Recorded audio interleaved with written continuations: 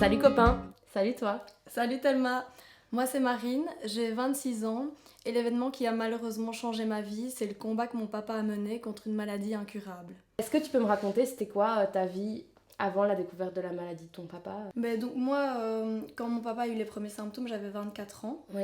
Et avant ça, moi j'ai toujours vécu chez mes parents.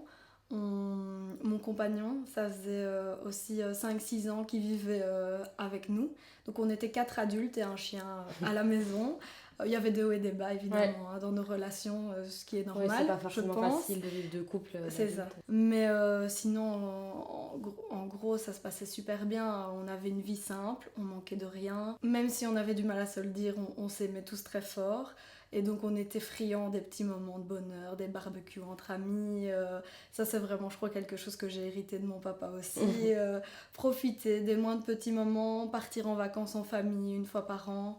C'était vraiment une vie simple et je peux la qualifier de vie de château. Je sais que j'avais énormément de chance et je pense que je m'en rends compte encore plus maintenant. Ouais, puis vous vous entendiez bien avec les amis de tes parents et eux s'entendaient bien avec vos amis oui, aussi. C'était... Tes amis étaient les bienvenus chez vous. Mais oui, on faisait des fêtes à la maison, c'était vraiment une chance. J'exagère peut-être quand je dis ça, mais je l'appelais un peu la maison du bonheur.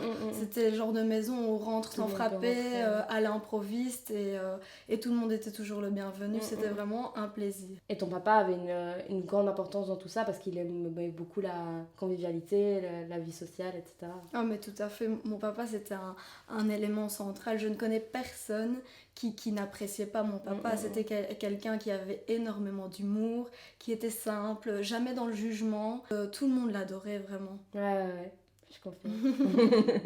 Tu peux me raconter un peu l'apparition de cette maladie, comment c'est arrivé dans vos vies? En août 2020, mon papa a commencé à avoir des problèmes de santé. Des symptômes un petit peu étranges, des douleurs, des fourmillements dans les jambes. S'en sont suivis plusieurs mois d'examens médicaux pour essayer de détecter ce qu'était cette maladie. Et malheureusement, en janvier 2021, le diagnostic est tombé. C'était le diagnostic qu'on craignait le plus. On a appris qu'il était atteint de la SLA, c'est la sclérose latérale amyotrophique, plus communément appelée la maladie de Charcot. Et donc quand on apprend ça, on sait évidemment que c'est une maladie incurable et que l'espérance de vie moyenne d'une personne atteinte de cette maladie se situe entre 3 et 5 ans. Et tout ça, c'est arrivé aussi pendant le confinement? Oui, donc c'est arrivé plus ou moins en même temps que le Covid, en effet. Et ça, c'était une crainte supplémentaire déjà, parce que mon papa, c'est une maladie qui attaque toutes les fonctions moteurs et donc elle finit par attaquer aussi le système respiratoire. Donc clairement, si mon papa attrapait le Covid, ça aurait eu un impact catastrophique. On voyait quand même du monde, honnêtement, parce que c'était déjà très difficile comme situation à vivre. Et mon papa en avait besoin, mon papa avait envie de vivre, de voir les gens qu'il aimait. Malgré ce qu'il vivait, il arrivait quand même à avoir des moments de joie, des moments de bonheur avec les gens qu'il aimait, c'était encore un plaisir pour lui. La maladie de Charcot, est-ce que tu peux m'expliquer un peu en quoi ça consiste concrètement? Alors c'est une maladie neurodégénérative incurable. Ça veut dire que en fait, ça touche les neurones moteurs de la personne qui ne savent plus se régénérer. Enfin bon, je parle en mes termes évidemment. Ouais. Et donc la personne perd ses fonctions moteurs au fur et à mesure. Sur votre vie de famille justement, la vie de château dont tu parlais, ça a eu quoi comme conséquence?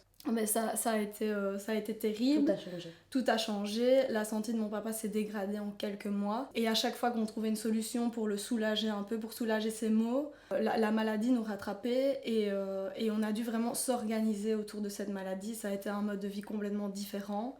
Mon papa a vite... n'a plus su marcher rapidement, n'a plus su se nourrir lui-même rapidement. Ça a été vraiment une dégradation rapide de ses fonctions moteurs. Et donc c'était une organisation constante. Si ma maman devait partir faire une course, moi je savais que je devais rester à la maison pour m'occuper de mon papa vu qu'il ne savait plus rien faire. Oui, parce qu'il était dépendant. Tout à fait. Oui. En combien de temps il est devenu complètement dépendant de vous? Honnêtement, je saurais plus dire, mais ça a commencé par la marche. Donc il a vite plus su marcher ni même rester debout. Donc il était dans une chaise. Ça a commencé par une chaise roulante, donc ensuite il a eu une chaise roulante électrique qu'il savait conduire lui-même. Puis quand il a plus malheureusement l'utilisation de ses bras, il l'a conduite avec son menton. Mais donc c'est allé vraiment rapidement. Mon papa est décédé 11 mois après le diagnostic, donc c'est rapide. Quand il est décédé, ça faisait déjà quelques semaines, voire mois, qu'il utilisait une machine qui l'aidait à respirer. D'abord il l'utilisait la nuit, ensuite il en a eu besoin vraiment toute la journée. Et quelques jours avant son décès, il a été mis en soins intensifs. Et donc là, voilà, c'était la machine 24 heures sur 24. Ouais, je crois que c'est important de dire aussi, c'est qu'il a toujours été chez vous, ton papa. C'était aussi une... C'est ça, c'était... Il était soigné de la maison, quoi. C'était un de ses souhaits.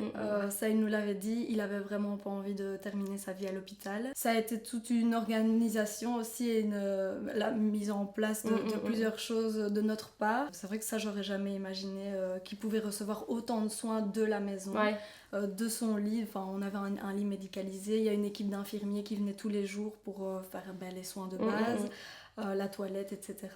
Et donc oui, il est resté jusqu'au bout à la maison. Et je suis vraiment contente qu'on ait pu respecter ce souhait grâce à tout ce qui a été mis en place, grâce à notre médecin traitant, les équipes d'infirmiers, et aussi il y a plein d'associations qui œuvrent en fait dans ce domaine-là. Des soins palliatifs, mais aussi de la mise en place de choses pour faciliter la vie de la personne, diminuer chez elle. On a découvert des associations et des gens qui y mettent vraiment du leur pour nous aider, et ça nous a vraiment fait chaud au cœur tout au long de cette année. Donc tu parles d'associations qui vous ont aidé, mais est-ce que tu peux citer éventuellement des noms ? Oui, mais par exemple, pour l'assistance médicale et psychologique pendant les soins palliatifs, c'était l'association Reliance qui se trouve dans la région du centre, et honnêtement, elles nous ont beaucoup aidés. Niveau impact sur ta vie et de toi et ta famille, tu dirais que ça a eu quel impact ? Surtout toi. Ça a tout changé, honnêtement ça a tout changé, c'est clair que ça fait beaucoup réfléchir, c'est une remise en question totale. Il y a des phrases bateau un peu ça n'arrive pas qu'aux autres, la vie ne tient qu'à un fil, honnêtement on se rend compte que c'est vrai. C'est pas facile tous les jours pour moi parce que je suis quelqu'un de stressé de base, mais c'est un travail quotidien pour apprendre à relativiser et à profiter de chaque instant. Et j'ai compris que c'est vrai, il n'y a rien de plus important que les gens qu'on aime et la santé. Ouais. Le reste c'est vraiment du superflu, et ça c'est vraiment, je l'ai compris. Rien ne semble grave après ça en fait. Et donc maintenant tu vis plus chez tes parents ? Non, alors en plus de la tristesse que je ressens et du manque, j'ai déménagé avec mon compagnon et mon petit chien dans ma nouvelle maison, ça c'est super chouette. Mais il y a aussi un peu la culpabilité de laisser ma maman. On était à 4 avec un chien, maintenant elle se retrouve toute seule. Avec un chien quand même. Avec son chien quand même. Mais donc c'est quand même une situation particulière et toute une adaptation. Déjà, je suis pas un cas isolé, ça je le sais bien. Je pense que j'entends de plus en plus de personnes atteintes de ce genre de maladie. Il n'y a pas vraiment de conseils, on sait rien faire, on se sent impuissant, mais c'est ça, profiter des gens qu'on aime tant qu'ils sont là, et vraiment relativiser. C'est parfois difficile de se le dire, qu'on s'aime. Avec mon papa, on n'était pas très démonstratif. Mais il y a des gestes de la vie quotidienne qui ne trompent pas.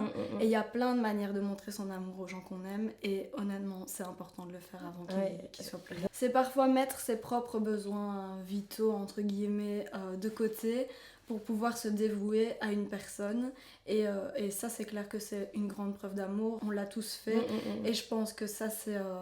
Mon papa s'est senti aimé. D'ailleurs, il n'avait pas envie de partir, mon papa. Et je pense que ça a été super important. C'est ce qui a un peu soulagé sa peine et ses maux durant cette année et demie très compliquée. Si je parle comme ça et que j'ai l'air de connaître, c'est parce que Marine, c'est ma cousine et le monsieur dont on parle, c'est mon tonton. Donc évidemment, c'est une histoire qui m'a forcément fort touchée et qui est une histoire très importante dans ma famille. Merci. Merci d'avoir parlé de ma cousine.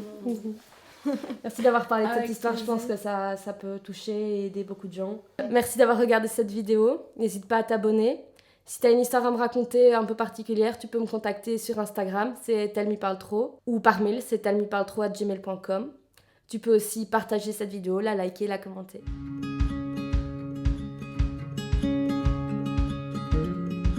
Je crois que je dis tout le temps voilà. Ouais, mais je coupe, Sorry. T'inquiète. Ça c'est mon boulot à moi.